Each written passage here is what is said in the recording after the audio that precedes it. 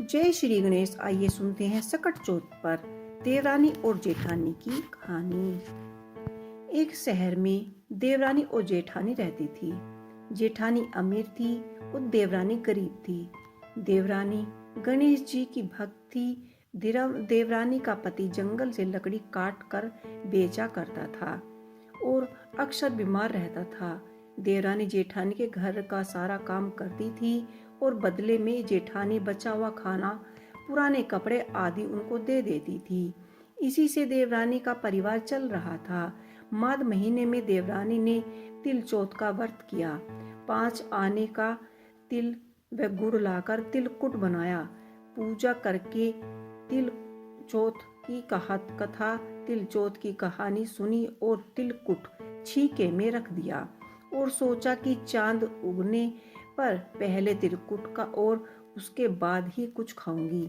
कथा सुनकर वह जेठानी के यहाँ चली गई। खाना बनाकर जेठानी के बच्चों से खाना खाने के लिए कहा तो बच्चे बोले, माँ ने व्रत किया है और माँ भूखी है। जब तक माँ खाना नहीं खाएगी हम खाना नहीं खाएंगे। जेठानी ने उसे कहा कि आज तो किसी ने भी खाना नहीं खाया है, तुम्हें कैसे खाना दे दूं? तुम सवेरे सवेरे बचा हुआ खाना ले जाना। देवरानी के घर पर पति और बच्चे सब आस लगाए बैठे थे कि आज तो त्योहार है, इसलिए कुछ पकवान आदि खाने को मिलेगा। परंतु जब बच्चों को पता चला कि आज रोटी भी नहीं आई तो बच्चे रोने लगे। उसके पति को बहुत गुस्सा आया और कहने लगा, सारा दिन काम करने पर भी 2 रोटी नहीं ला सकती तो क्यों करती हो? पति ने गुस्से में आकर पत्नी को कपड़े धोने के धोबन से मारा। धोबन हाथ से छूट गया तो पाटे से मारा। वह बेचारी गणेश जी को याद करते ही रोती रोती पानी पीकर सो गई। उस दिन गणेश जी देवरानी के सपने में आए और कहने लगे, धोवने मारे, पाटे मारे, सो रही है या जाग रही है? गणेश जी बोले, भूख लगी है, कुछ खाने को दे। देवरानी बोली, क्या दूं? मेरे घर में तो अन्न का एक दाना भी नहीं है। जेठानी बचा हुआ खाना देती थी, आज वो भी नहीं मिला। पूजा का बचा हुआ तिलकुट छीके में पड़ा है, वो ही खा लो। तिलकुट खाने के बाद गणेश जी बोले, धोवने मारे, पाटे मारे, निमटाए लगी है, कहाँ निमटाए? वह बोली, यहाँ पड़ा, घर पड़ा, जहाँ इच्छा हो वहाँ निमटा लो। फिर गणेश जी भी बच्चों की तरह बोले, अब कहाँ पहुँचूं? नींद में मगन। अब देवरानी को बहुत गुस्सा आया और वह आया कि कब से तंग किए जा रहे हो। सो बोली, मेरे सर पर पोछे और कहाँ पोछेंगे? सुबह जब देवरानी उठी तो यह देखकर हैरान रह गई कि पूरे घर में हीरे मोती जगमगा रहे हैं। सिर पर जहाँ विनायक जी ने पोछन कर दिया था वहाँ हीरों के टीके और बिंदिया जगमगा रही हैं। उस दिन देवरानी जेठानी के यहाँ काम करने के लिए नहीं गई और बड़ी देर तक राह देखने के बाद जेठानी ने बच्चों को देवरानी को बुलवाने के लिए भेजा। जेठानी ने सोचा, कल खाना नहीं दिया इसीलिए शायद देवरानी बुरा मान गई है। बच्चे बुलाने गए तो बोली, चाची चलो, माँ बुला रही है, सारा काम पड़ा है। देवरानी ने जवाब दिया, अब उसकी जरूरत नहीं है, घर में सब भरपूर है। गणेश जी के आशीर्वाद से बच्चों ने घर जाकर माँ को बताया और चाची का तो पूरा घर हीरे मोतियों से जगमगा रहा है। जेठानी दौड़ती हुई आई और देवरानी के पास आई और पूछा कि यह सब कैसे हुआ? देवरानी ने उसके साथ जो हुआ सब कुछ कह डाला। घर लौटकर जेठानी अपने पति से कहने लगी कि आप मुझे धोने से पाटे से मारो। उसका पति बोला कि भली मानस, मैंने कभी तुम्हें एक हाथ तक नहीं उठाया, मैं तुम्हें धोने से पाटे से कैसे मार सकता हूँ? वह नहीं मानी और जिद करने लगी कि मुझे मजबूरन पति को अब उसे मारना ही पड़ा। उसने ढेर सारा घी लगाकर चूरमा बनाया और छीके में रखकर सो गई। रात को चौथ विनायक जी सपने में आए और कहने लगे, भूख लगी है, क्या खाऊं? जेठानी ने कहा, आइए आए कहने लगी कि भूख लगी है, क्या खाऊं? जेठानी ने कहा, हे गणेश जी महाराज, मेरी देवरानी के यहाँ तो आपने सूखा तिलकुट खाया था, मैंने तो झरते घी का चूरमा बनाकर आपके लिए छीके में रखा है, फल और मेवा भी रखे हैं, जो चाहे खा लीजिए। बाल स्वरूप गणेश जी बोले, अब खाने मिठाई कहाँ करे? गणेश जेठानी बोली, उसके यहाँ तो टूटी फूटी झोपड़ी थी, मेरे यहाँ तो कांच के महल है, जहाँ चाहो निपटा लो। फिर गणेश जी ने पूछा, अब पहुँचे कहाँ? जेठानी बोली, मेरी ललाहट पर बड़ी सी बिंदिया लगाकर पहुँच लो। धन की भूखी जेठानी सुबह बहुत जल्दी से उठी और सोचा, घर में हीरे जवाहरात से भरपूर हीरे जवाहरात भरे होंगे, पर देखती है कि पूरे घर में गंदगी फैली हुई थी, तेज बदबू आ रही थी, उसके सर पर भी बहुत से गंदगी लगी थी। उसने कहा कि हे गणेश जी महाराज, यह आपने क्या किया? मुझसे रूठे और देवरानी पर टूटे। जेठानी ने घर और की सफाई करने की बहुत कोशिश की, परंतु गंदगी और ज्यादा और फैलती चली गई। जेठानी के पति को मालूम चला तो वह भी बहुत गुस्सा हुए और बोले, तेरे पास इतना सब कुछ तो है, फिर भी तेरा मन नहीं भरा? परेशान होकर चौथ के गणेश जी से मदद मांगने की विनती करने लगी। गणेश जी ने कहा कि हे देवरानी से जलन के कारण तूने जो किया था उसी का फल है, अब तू अपने धन में से आधा उसे दे देगी तभी ये सारा साफ होगा। उसने आधा धन बांट दिया, किंतु मोहर की एक हांडी चूल्हे के नीचे गड़वा रखी थी। उसने सोचा किसी को भी पता नहीं चलेगा और उसने उस धन में से नहीं बांटा। उसने कहा कि श्री गणेश जी, अब तो आपने यह बिखरवा समेट दो। वे बोले, पहले चूल्हे के नीचे गाड़ी हुई मोहरों की हांडी सहित ताक में रखी हो, उसमें से भी हिस्सा करो। इस प्रकार गजानंद ने बाल स्वरूप में आकर सुई जैसे छोटी चीज का भी बंटवारा किया और अपनी माया से सब समेट लिया। हे श्री गणेश जी महाराज, जैसे आपने देवरानी पर कृपा की, वैसे ही सब पर कृपा करना। कहानी कहने वाले, सुनने वाले, हुंकारे भरने वाले सभी पर अपनी कृपा करना, लेकिन जेठानी की जैसी सजा दी वैसे ही सजा किसी को मत देना। जय श्री गणेश। जय श्री गणेश। आइए सुनते हैं संकष्टी चतुर्थी की व्रत कथा। माघ के कृष्ण पक्ष की चतुर्थी को सकट चौथ व्रत पड़ता है। आज सकट चौथ व्रत है। इस दिन माताएं संतान की लंबी आयु के लिए निर्जला व्रत करती हैं। यह व्रत संतान के जीवन में आने वाली हर संकट और बाधाओं से उन्हें बचाता है। इस दिन सकट हरण गणेश जी का पूरे विधि विधान के साथ पूजन किया जाता है।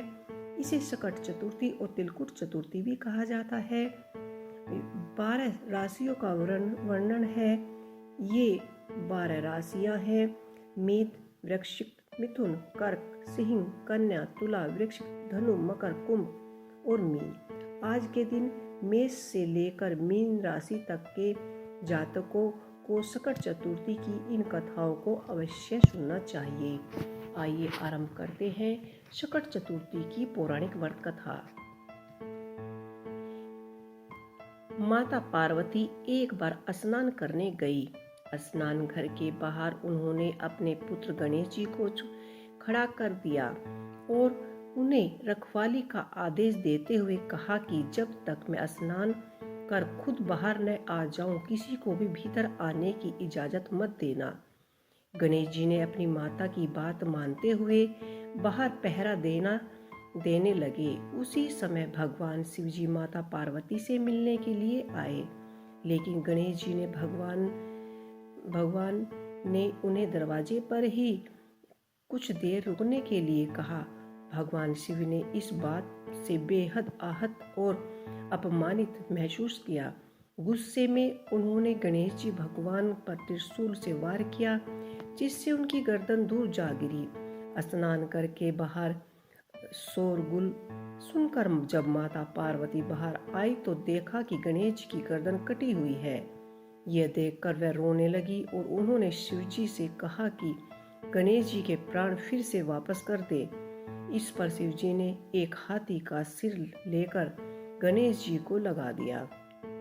इस तरह से गणेश जी भगवान को दूसरा जीवन मिला। तभी से गणेश जी की हाथी की तरह सूंड होने लगी। तभी से महिलाएं अपने बच्चों की सलामती के लिए माघ माह के कृष्ण पक्ष की चतुर्थी को गणेश जी चतुर्थी का व्रत करने लगी।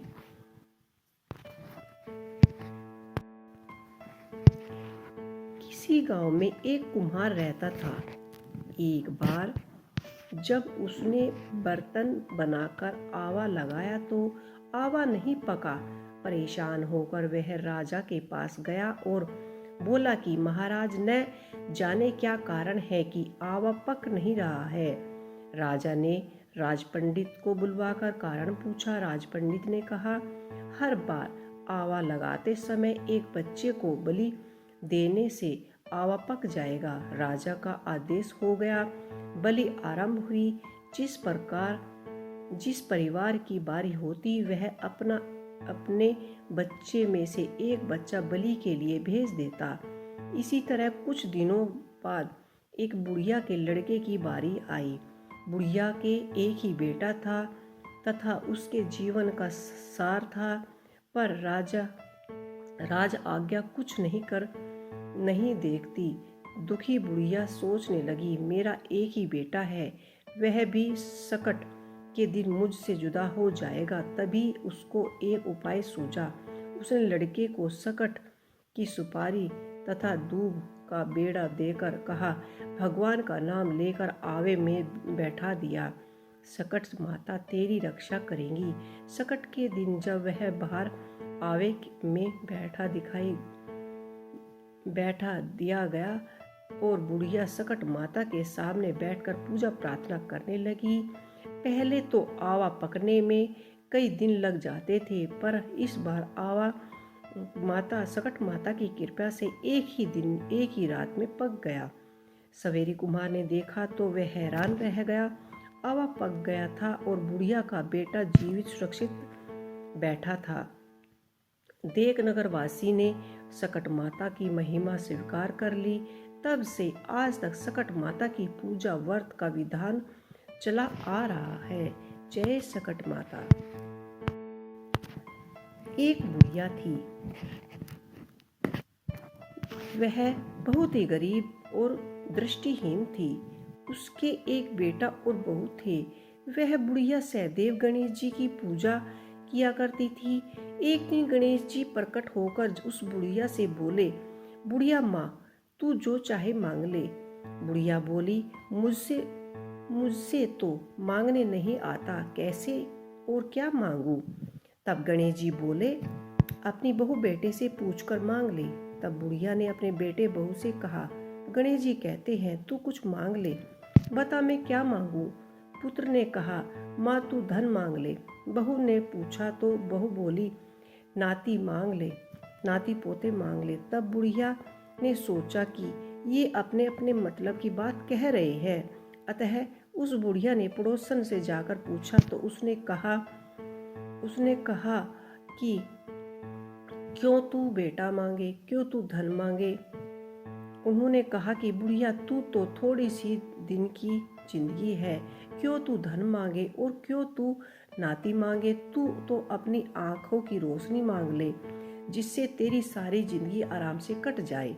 इस पर बुढ़िया बोली, यदि आप प्रसन्न है तो मुझे 9 करोड़ की माया दे, निरोगी काया दे, अमर सुहाग दे, आंखों की रोशनी दे, नाती दे, पोते दे और सब परिवार सुख दे और अंत में मोक्ष दे। यह सुनकर तब गणेश जी बोले कि बुढ़िया माई, तुमने तो मुझे ठग लिया। फिर भी जो तुमने मांगा है वचन के अनुसार सब तुम्हें मिल जाएगा। और यह कहकर गणेश जी अंतर्धान हो गए। उधर बुढ़िया माँ ने जो भी कुछ मांगा था सब कुछ मिल गया। और हे गणेश जी महाराज, जैसे तुमने उस बुढ़िया माँ को सब कुछ दिया वैसे ही सबको देना। जय श्री गणेश।